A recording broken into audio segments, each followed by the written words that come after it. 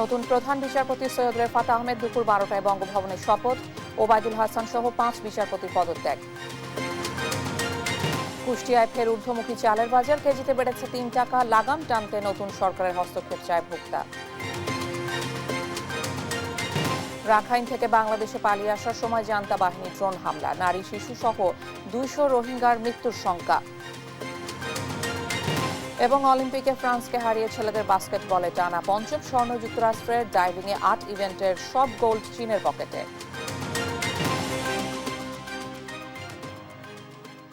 দেখছিলেন শিরোনাম সংবাদ, সকালের সঙ্গে আছে আমি ইশিকা আজিজ। দুপুরে বঙ্গভবনে শপথ নেবেন নতুন প্রধান বিচারপতি সৈয়দ রেফাত আহমেদ। শনিবার দেশের 25তম প্রধান বিচারপতি হিসেবে তাকে নিয়োগ দেন রাষ্ট্রপতি। এর আগে শিক্ষার্থীদের আন্দোলনের মুখে পদত্যাগ করেন প্রধান বিচারপতি ওবায়দুল হাসান। একই পথে হাঁটেন আপিল বিভাগের আরও 5 বিচারপতি। বিস্তারিত মোহাম্মদ সাকিবের রিপোর্টে। সুপ্রিম কোর্ট প্রাঙ্গণে শনিবার ছিল দিনভর নানা নাটকীয়তা ও উত্তেজনা। অবশেষে রাতে এলো সমাধান। দেশের 25তম প্রধান বিচারপতি হিসেবে নিয়োগ পেয়েছেন বিচারপতি সৈয়দ রেফাত আহমেদ। সংবিধানের 95 অনুচ্ছেদ অনুযায়ী তাকে নিয়োগ দিয়েছেন রাষ্ট্রপতি। এ বিষয়ে প্রজ্ঞাপন জারি করেছে আইন মন্ত্রণালয়। প্রজ্ঞাপনে বলা হয়, সংবিধানের 95 1 অনুচ্ছেদে দেওয়া ক্ষমতা বলে রাষ্ট্রপতি মোহাম্মদ শাহাবুদ্দিন হাইকোর্টের বিচারপতি সৈয়দ রেফাত আহমেদকে বাংলাদেশের প্রধান বিচারপতি হিসেবে নিয়োগ দিয়েছেন। এই নিয়োগ শপথের তারিখ থেকে কার্যকর হবে। সৈয়দ রিফাত আহমেদ 2003 সালে হাইকোর্ট বিভাগের অতিরিক্ত বিচারপতি হিসেবে নিয়োগ পান। 2005 সালে তিনি হাইকোর্ট বিভাগের বিচারপতি হিসেবে স্থায়ী নিয়োগ পান। এর আগে বেলা 2:30টার দিকে পদত্যাগ করেন প্রধান বিচারপতি ওবায়দুল হাসান। এরপর একে একে পদত্যাগ করেন আপিল বিভাগের 5 বিচারপতি। শনিবার সকাল থেকে প্রধান বিচারপতি সহ আপিল বিভাগের 7 বিচারপতির পদত্যাগের দাবিতে সুপ্রিম কোর্টের হাইকোর্ট বিভাগের বর্ধিত ভবনের সামনে বিক্ষোভ করেন আন্দোলনকারীরা। প্রধান বিচারপতি পদত্যাগ করার নীতিগত সিদ্ধান্ত নিয়েছেন জানার পর দুপুরে আন্দোলনকারীরা হাইকোর্ট এলাকা ছেড়ে যান। পরবর্তীতে আইন মন্ত্রণালয়ে ভারপ্রাপ্ত প্রধান বিচারপতি হিসেবে মোহাম্মদ আশফাকুল ইসলামকে নিয়োগের বিষয়টি জানালে তার নিয়োগ প্রত্যাখ্যান করে ফের আন্দোলনের ঘোষণা দেন আন্দোলনকারীরা। একই সঙ্গে রেফাত আহমেদকে প্রধান বিচারপতি হিসেবে নিয়োগ দেওয়ার দাবি জানান তারা। শেষ পর্যন্ত আন্দোলনকারীদের দাবি পূরণ করেন রাষ্ট্রপতি। মোহাম্মদ সাকিব, দেশ টিভি, ঢাকা। ছাত্র জনতার আন্দোলন দমনে যেসব হত্যাকাণ্ড ঘটেছে এর সঙ্গে জড়িতদের দ্রুত বিচারের আওতায় আনবে সরকার। সেই সঙ্গে সব ফৌজদারি মামলা প্রত্যাহারে আগামী 3 কর্মদিবসের মধ্যে পদক্ষেপ নেওয়া হবে, এমনটাই জানালেন আইন উপদেষ্টা ডক্টর আসিফ নজরুল। এ সময় গণতান্ত্রিক নির্বাচন আর শিক্ষার্থীদের আকাঙ্ক্ষা পূরণে যতদিন লাগে ততদিনই অন্তর্বর্তী সরকার ক্ষমতায় থাকবে বলেও জানান তিনি। বিস্তারিত জান্নাতুল মোহনার প্রতিবেদনে। শপথের পর শনিবার সকালে প্রথমবার নিজ মন্ত্রণালয়ে আসেন অন্তর্বর্তীকালীন সরকারের আইন, বিচার ও সংসদ বিষয়ক উপদেষ্টা ডক্টর আসিফ নজরুল। শুরুতেই সভা করেন কর্মকর্তাদের সঙ্গে।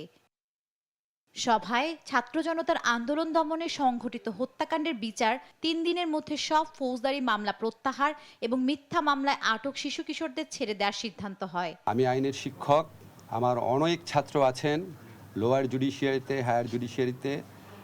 কিভাবে মিসক্যারেজ অফ জাস্টিস হয়েছে, বিচারের নামে কিভাবে হয়রানি হয়েছে, ন্যায় বিচার থেকে বঞ্চিত করা হয়েছে, এই পুরা প্রক্রিয়াটা সম্পর্কে ইনশাআল্লাহ আমি জানি। আমি আমার সাধ্যমতো চেষ্টা করব। এ সময় রাজনৈতিক দলের চাহিদা অনুযায়ী গণতান্ত্রিক নির্বাচন এবং শিক্ষার্থীদের আকাঙ্ক্ষা পূরণ না হওয়া পর্যন্ত অন্তর্বর্তী সরকার দায়িত্ব পালন করবে বলে জানান উপদেষ্টা। সংস্কারের আকাঙ্ক্ষা মানুষে আছে, সংস্কারের আকাঙ্ক্ষা এবং নতুন নির্বাচনের আকাঙ্ক্ষার মধ্যে সমন্বয় করে যেটা যতদিন থাকা দরকার ততদিনই থাকার আমরা থাকবো, বেশিও না কমও না। সভায় সন্ত্রাস দমন ও সাইবার নিরাপত্তা আইনে করা সব হয়রানিমূলক মামলা প্রত্যাহারের সিদ্ধান্তও হয়। এছাড়া হটলাইনে মিথ্যা ও হয়রানিমূলক মামলায় ভিকটিম সাপোর্ট দেবে আইন ও বিচার বিভাগ। জান্নাতুল মোহনা, দেশ টিভি, ঢাকা। কোটা সংস্কার আন্দোলনের প্রথম শহীদ রংপুরের আবু সাইদের কবর জিয়ারত করেছেন অন্তর্বর্তীকালীন সরকারের প্রধান উপদেষ্টা ডক্টর মোহাম্মদ ইউনূস। বাড়ির উঠোনে বসে কথা বলেন তার মায়ের সঙ্গে। এ সময় কান্নায় ভেঙে পড়েন অনেকে, আর পিতার হাতে জাতীয় পতাকা তুলে দিয়ে তা উঁচিয়ে ধরেন ডক্টর ইউনূস। শামীমা আক্তারকে সঙ্গে নিয়ে মাহমুদ হাসানের প্রতিবেদন।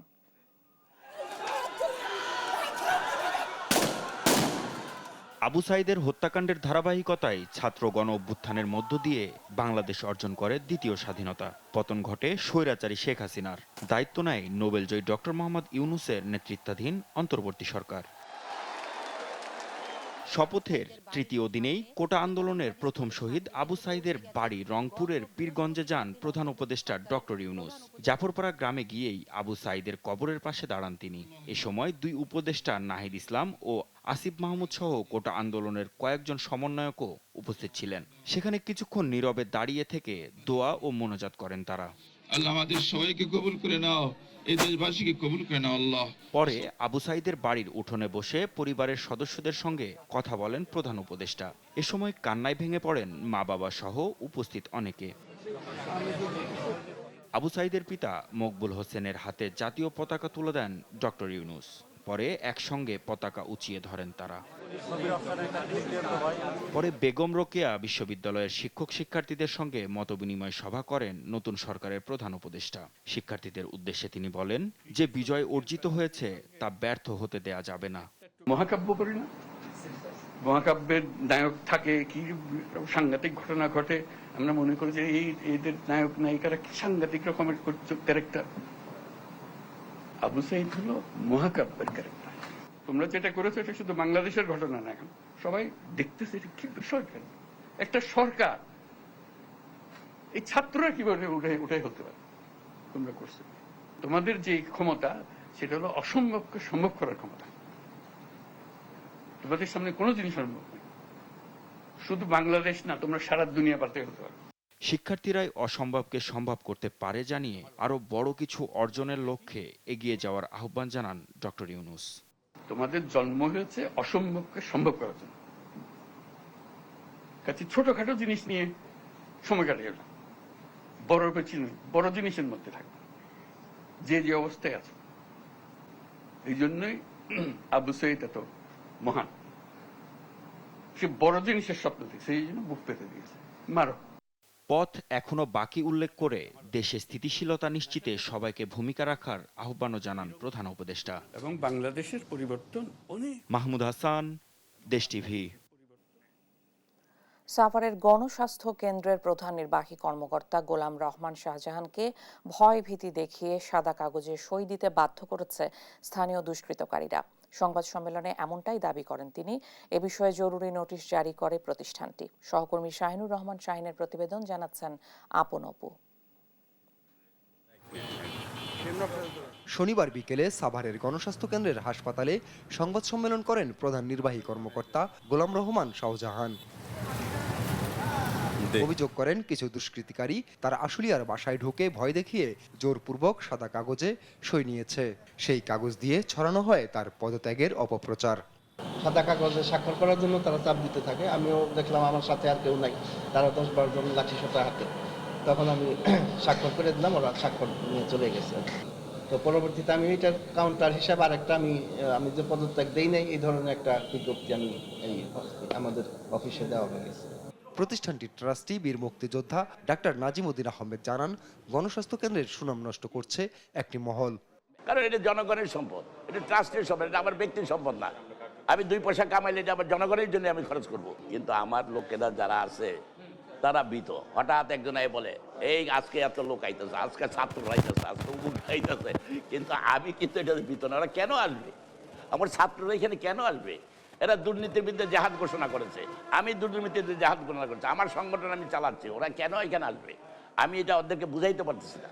ওদের বলেন যে ওরা আসবে না। এ ঘটনায় জরুরি নোটিশ জারি করে সবাইকে সতর্ক থাকার পরামর্শ প্রতিষ্ঠানটির। নিউজ ডেস্ক, দেশ টিভি। রাজধানীতে থানাগুলোতে ফিরতে শুরু করেছেন পুলিশ সদস্যরা। ইতিমধ্যে চালু হয়েছে জরুরি সেবাগুলো, তবে এখনো কাটেনি শঙ্কা। কাজ করছেন সাদা পোশাকেই। দেশের পরিস্থিতি স্বাভাবিক হয়ে যাওয়ার সাথে সাথেই থানাগুলোতে ফিরতে শুরু করেছে পুলিশ সদস্যরা। আমরা এই মুহূর্তে রয়েছি মতিঝিল থানায় এবং এখানে এসে আমরা দেখতে পেয়েছি যে পুলিশ যারা সদস্য ছিলেন এখানে কর্মরত তারা ধীরে ধীরে তাদের যে কর্মস্থল সেখানে ফিরতে শুরু করেছেন। এবং রাজধানীর অন্যান্য থানাগুলোর ক্ষেত্রে যেটি দেখা গিয়েছে সেটি হচ্ছে যে যেই থানাগুলো একেবারেই ধ্বংস হয়ে যায়নি বা পুড়িয়ে দেওয়া হয়নি সেই থানাগুলোতে মোটামুটিভাবেই যারা সেখানকার কর্মরত ছিলেন বা পুলিশ সদস্য ছিলেন তারা মোটামুটি সিভিল ড্রেসে হলেও সেই জায়গাগুলোতে ফিরে এসছেন এবং তাদের যে স্বাভাবিক কাজ সেই স্বাভাবিক কাজটি এখন তারা ধীরে ধীরে আবার চালু করে দিচ্ছেন। তারা বলছেন তারা যে ধরনের কাজগুলো সাধারণত করে থাকেন, যেমন জিডি নেয়া, তারপর হচ্ছে যে পাসপোর্টের যে বিষয়টি থাকে, পুলিশ ক্লিয়ারেন্স বা ভেরিফিকেশনের যে ব্যাপারগুলো থাকে সেই ব্যাপারগুলো কিন্তু তারা ইতোমধ্যেই চালু করছেন এবং ইতোমধ্যে সেই জিনিসগুলো তারা করে যাচ্ছেন। এবং এই ক্ষেত্রে অন্য একটি বিষয় যেটি লক্ষণীয় সেটি হচ্ছে যে তারা পুলিশের যে ড্রেসটা বা পুলিশের যে ইউনিফর্মটা ছিল সেই ইউনিফর্মটা ব্যবহার করছেন না, তার বদলে তারা স্বাভাবিক যে পোশাক মানুষজন পরে থাকে সেই স্বাভাবিক পোশাকে বা সিভিল ড্রেসেই তারা এই ধরনের কার্যক্রমটা চালু রাখছেন। এবং তারা এটা বলছেন যে রাজধানীর অন্যান্য যে থানাগুলো মোটামুটি ধ্বংসপ্রাপ্ত হয়ে গিয়েছে বা পুড়িয়ে দেওয়া হয়েছিল, তো সেই থানাগুলোতে ধীরে ধীরে আবার থানাগুলো সংস্কার করা হবে এবং এরই ভেতর যত দ্রুত সম্ভব যে পুলিশ সদস্য যারা ছিলেন তারা তাদের নিয়মিত যে কার্যক্রম সেই কার্যক্রমে ফিরবেন। পুলিশ সদস্যরা বলছেন যে তারা জনসাধারণ এবং শিক্ষার্থী যারা এ পর্যন্ত মাঠে রয়েছেন তাদের সহযোগিতা কামনা করছেন এবং তারা বলছেন যে যদি জনগণ এবং শিক্ষার্থী বলতে সর্বস্তরের মানুষ যদি পুলিশদের সাথে সহযোগিতা করে তবে সেটা দেশের জন্য বা দেশের আইন শৃঙ্খলা রক্ষা করার জন্য একটি সর্বাঙ্গীন মঙ্গল বয়ে নিয়ে আসবে। মতিঝিল থানা থেকে এই ছিল আমার কাছে সর্বশেষ। ময়মনসিংহের আইন শৃঙ্খলা পরিস্থিতির সর্বশেষ খবর জানাচ্ছেন সহকর্মী ইলিয়াস আহমেদ। বৈষম্য বিরোধী ছাত্র আন্দোলনের মুখে দেশ থেকে বাধ্য হন শেখ হাসিনা। তারপর আমরা লক্ষ্য করেছি যে আইন শৃঙ্খলা বাহিনী কিছুটা কিন্তু নিষ্ক্রিয় হয়ে পড়ে এবং সড়কে কিন্তু আবারও দায়িত্ব নেয় শিক্ষার্থী সহ স্বেচ্ছাসেবী সংগঠনের সদস্য যারা আছেন তারা কিন্তু দায়িত্ব নেয়। গত 6 দিন ধরে আমরা কিন্তু দেখেছি মহাসড়কে সাধারণ শিক্ষার্থী যারা আছেন তারা কিন্তু দায়িত্ব পালন করছেন এবং তারা কিন্তু সাধারণত ট্রাফিক নিয়ন্ত্রণের পাশাপাশি সড়কে যেন শৃঙ্খলা ফিরে আসে সেই লক্ষ্যে তারা কিন্তু কাজ করছেন। আমি এখন রয়েছি ময়মনসিংহ নগরীর নতুন বাজার এলাকায় রয়েছে, পরিস্থিতি সেটি কিন্তু অনেকটাই স্বাভাবিক রয়েছে। এছাড়াও সেনাবাহিনীর যে টহল সেটিও কিন্তু অনেকটাই জোরদার রয়েছে এবং সাধারণ শিক্ষার্থীরা বলছেন যে যতদিন পর্যন্ত না সড়কে শৃঙ্খলা ফিরবে ততদিন পর্যন্ত তারা তাদের যে কার্যক্রম সেটি কিন্তু অব্যাহত রাখবেন সেই বিষয়টি বলছিলেন এবং তারা সড়কে এবং বাজারে এবং অন্যান্য স্থানে শৃঙ্খলা ফেরানোর জন্য তাদের যে কার্যক্রম সেটি কিন্তু তারা প্রশাসনের সমন্বয়ে করে যাচ্ছেন সেই বিষয়টি কিন্তু শিক্ষার্থীরা বলছিলেন এবং শিক্ষার্থীদের এই উদ্যোগকে কিন্তু স্বাগত জানিয়েছেন নাগরিক সমাজের নেতৃবৃন্দরা। সর্বোপরি বলা যায় যে ময়মনসিংহের আইন শৃঙ্খলা পরিস্থিতি অনেকটাই স্বাভাবিক রয়েছে। এই ছিল আমার কাছে ময়মনসিংহ থেকে সর্বশেষ তথ্য। কুষ্টিয়ায় আবারও ঊর্ধ্বমুখী চালের বাজার। সপ্তাহের ব্যবধানে মিনিকেট সহ সব ধরনের চালের দাম কেজিতে বেড়েছে 3 টাকা। তবে স্থিতিশীল রয়েছে সবজি সহ মাছ মাংসের বাজার। এদিকে তদারকির দায়িত্বে থাকা কর্মকর্তারা মাঠে না থাকলেও দাম নিয়ন্ত্রণে কাজ করছেন শিক্ষার্থীরা। ভোক্তাদের প্রত্যাশা পণ্যের দাম নাগালের মধ্যে আনতে দ্রুতই কার্যকরী পদক্ষেপ নেবেন নতুন সরকার। ইরফান রানার ক্যামেরায় কুষ্টিয়া থেকে নাহিদ হাসান তিতাসের রিপোর্ট। স্বৈরাচার শেখ হাসিনা সরকার পতনের পর কুষ্টিয়ায় স্বাভাবিক হতে শুরু করেছে জনজীবন। তবে স্বস্তি ফেরেনি নিত্যপণ্যের বাজারে। সপ্তাহের ব্যবধানে কুষ্টিয়ার বাজারে সব ধরনের চালের দাম কেজিতে বেড়েছে 2 থেকে 3 টাকা। বাজারে সরু মিনিকেট চাল কেজিতে 2 টাকা বেড়ে বিক্রি হচ্ছে 70 টাকায়। কাজললতা চাল কেজিতে 3 টাকা বেড়ে বিক্রি হচ্ছে 64 টাকা। আর মোটা আটাশ চাল কেজিতে 2 টাকা বেড়ে বিক্রি হচ্ছে 56 টাকায়। তবে স্থিতিশীল রয়েছে সবজি সহ মাছ মাংসের বাজার। বাজার বর্তমানে স্থিতিশীল আছে, বাজার বাড়ি নাই, তবে কমানোর জন্য চেষ্টা করছে ছেলেপেলে, কমে গেলে আলহামদুলিল্লাহ। সব ধরনের চাউলের দাম বৃদ্ধি পেয়েছে, বস্তায় 50 থেকে 100 টাকা। আটাশ চাউলটা বর্তমান মিল রেট আপনার 1350 থেকে 1360 টাকা। আমরা সেই চাউলটা বিক্রি করছি ধরেন এখন বর্তমান 1400 টাকা, 1410-20 এরকম। ভোক্তাদের প্রত্যাশা সব ধরনের দ্রব্যের দাম সাধারণ মানুষের নাগালের মধ্যে আনতে দ্রুতই কার্যকরী পদক্ষেপ নেবেন নতুন সরকার। সরকার যারাই আসুক বা যেই আসুক বা যেভাবেই থাকুক, সবার উচিত যে অন্তত বাজারটাকে নিয়ন্ত্রণ করার জন্য। দাম কমলে তো আসলে সাধারণ মানুষের ভালোই হবে, তবে সব কিছুর সাথে একটা সামঞ্জস্য রাখা দরকার। আমরা জানি যে এটা যেহেতু কৃষক পর্যায় থেকে এই সবজিগুলো আসে। এদিকে বাজার তদারকিতে দায়িত্বশীল কর্মকর্তারা মাঠে না থাকলেও দাম নিয়ন্ত্রণে কাজ করছে শিক্ষার্থীরা, দিচ্ছেন মূল্য তালিকা রাখা সহ সহনশীল মূল্যে পণ্য বিক্রির আলটিমেটাম।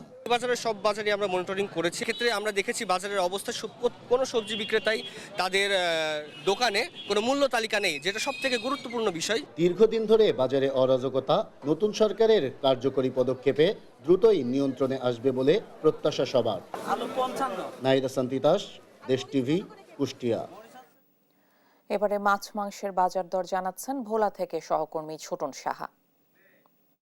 বলা যায় যে ভোলার যে নিত্যপণ্যের দরদাম, সবজি এবং নিত্যপণ্য সহ অন্যান্য পণ্যের দাম কিছুটা নিয়ন্ত্রণে থাকলেও মাছ এবং মাংসের বাজারের অস্থিরতা এখনো চলছে। কারণ আমরা দেখেছি আজকেও মাছ বাজার ঘুরে মাছের দাম, প্রতিটি মাছের দামে কিন্তু অনেকটা চড়া, বিশেষ করে ইলিশের দাম কিন্তু আকাশচুম্বী যে অবস্থা মাছের দাম। ক্রেতারা বাজারে এসে অনেকটা হতাশ প্রকাশ করছেন, ক্ষোভ প্রকাশ করছেন। যদিও মাংসের দাম কিছুটা স্থিতিশীল, গরুর মাংসের দাম 650 টাকা এবং খাসির মাংসের দাম 1000 টাকা কেজি প্রতি বিক্রি হচ্ছে। এবং এছাড়াও অন্যান্য মুরগি যেমন ব্রয়লার বা দেশি যে মুরগি রয়েছে সেগুলোর দামও কিন্তু বলা যায় অনেকটাই আকাশচুম্বী। আমরা দেখেছি যে গত কয়েকদিন ধরে সাধারণ ছাত্র সমাজের নেতৃবৃন্দ কিন্তু নিত্যপণ্যের বাজার ঘুরেছেন এবং তারা ঘুরে কিন্তু বাজার মনিটরিং করেছেন এবং দরদাম যত নিয়ন্ত্রণে থাকে সেই ব্যাপারে তারা সতর্ক করে দিয়েছেন। গতকালকেও কিন্তু আমরা দেখেছি ছাত্ররা বাজার মনিটরিং করেছেন। তো এমনই অবস্থায় যারা সাধারণ ক্রেতা রয়েছেন তারা দাবি তুলেছেন যাতে অন্ততপক্ষে নিত্যপণ্যের দরদাম অনেকটা নাগালের মধ্যে থাকে, যাতে যারা নিম্নবিত্ত মানুষ রয়েছেন তারা যাতে বাজারে এসে মাছ মাংস স্বাভাবিকভাবেই কিনতে পারেন, এমনটি কিন্তু দাবি তারা তুলেছেন। তো এ ছিল আমার কাছে ভোলার বাজারে মাছ এবং মাংসের দরদাম নিয়ে সর্বশেষ তথ্য।